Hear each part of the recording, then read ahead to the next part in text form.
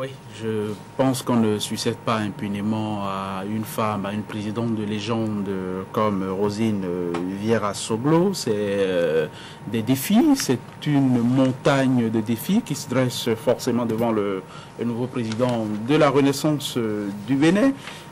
Il y a une question essentielle comme qui pour la RB prend les dehors d'un défi majeur, c'est déjà sorti du huis clos identitaire. Bon, évidemment, cela ne se décrète pas. C'est à force de persuasion, de travail sur le terrain que la RB pourra élargir ses bases.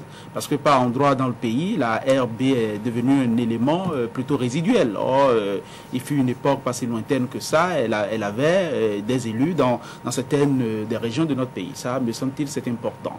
Et puis, il faut que le nouveau président siffle un peu la fin de la récréation. Je crois qu'il y a des signaux forts qui ont été donnés. C'est là encore au titre des chantiers à ouvrir. Il faut moderniser le parti.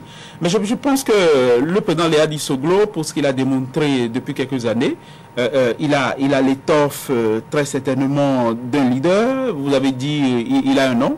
Il a un patronyme assez glorieux plus tôt dans l'histoire politique de notre pays, mais il faut maintenant que définitivement il se donne un prénom. Je pense qu'il a pris très certainement la bonne direction.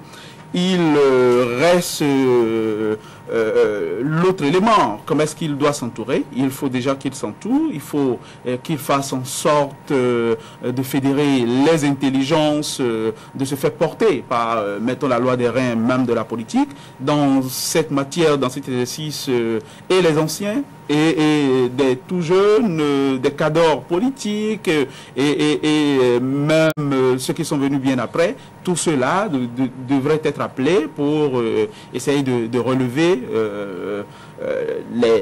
les défis pour que, précisément, parce que oui, il n'a pas le droit de décevoir ses propres parents, mais il n'a pas non plus le droit de décevoir les militants qui, on l'a vu, étaient gonflés à bloc. Je pense qu'il y a énormément de bonnes nouvelles qui nous sont venues ce week-end d'Abomey. Et pour Léadi, je crois, c'est une étape dans la consécration. C'est comme ça que je vois le congrès d'Abomey. François Vincent.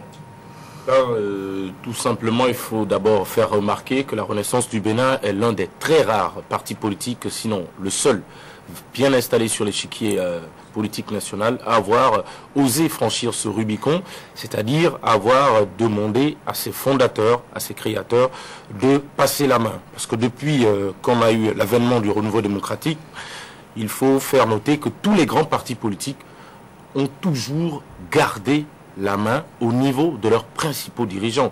Vous prenez le PSD, Bruno Amoussou est toujours solidement installé à la tête de ce parti, malgré qu'il ne soit plus présidentiable. Maître Adrien Humbedi continue toujours de piloter le navire PRD.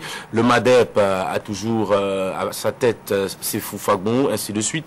Alors qu'aujourd'hui, la Renaissance du Bénin a osé donc franchir cette étape et confier son destin à Léadi Soglo. Léadi Soglo qui, grâce donc à l'expérience acquise aux côtés de ces géniteurs qui ne sont quand même pas loin d'être des dinosaures en politique, l'expérience acquise également aux côtés d'autres baobabs de la classe politique nationale a aujourd'hui les atouts nécessaires pour conduire à bon port ce navire RB. Seulement, il y a une tâche titanesque, une épreuve extrêmement grande qui attend le nouveau leader de la Renaissance du Bénin. C'est d'abord, comme on l'a dit, essayer quand même d'apporter des réformes visant à restaurer une certaine efficacité dans l'obtention des résultats au niveau de la Renaissance du Bénin, un parti qui a dégringolé en matière de suffrage ces dernières années. Ça veut dire quoi? Ça veut dire tout simplement que Léadi Soglo et son équipe sont aujourd'hui appelés à remonter la pente et à installer la Renaissance du Bénin à un niveau quand même assez acceptable pour ce parti qui, dans un passé récent, était le tout premier de toute la République.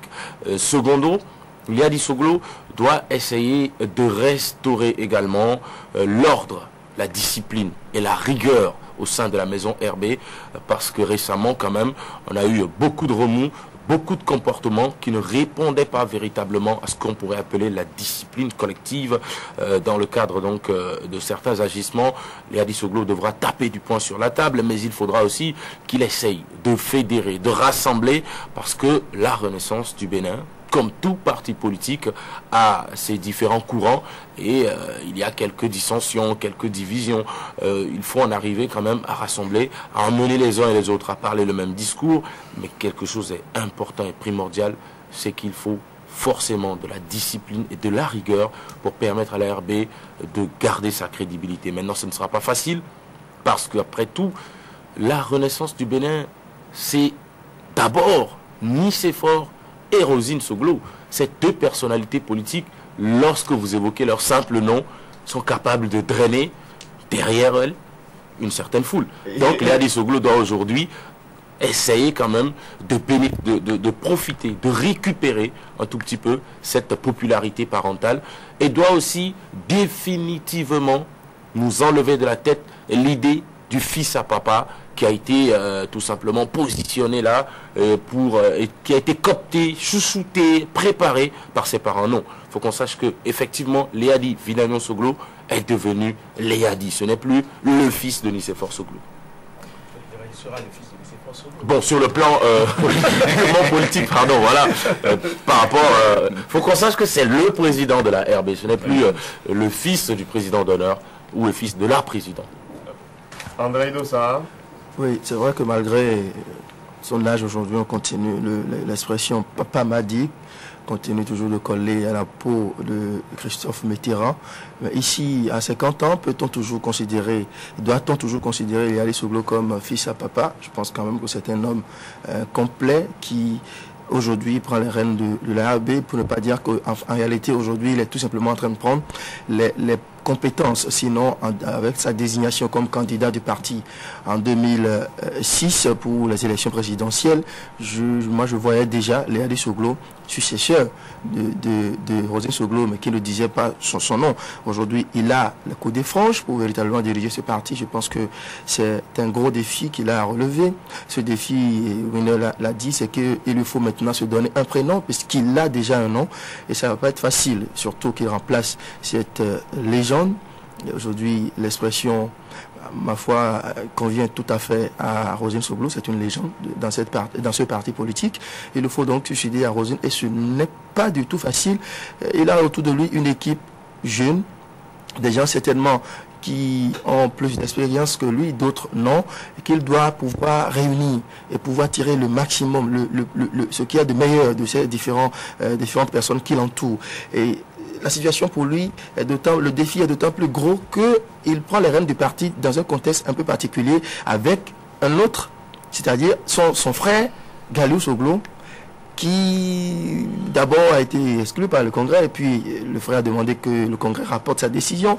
Donc c'est un peu complexe pour lui, donc c'est à lui de savoir comment gérer tout ça.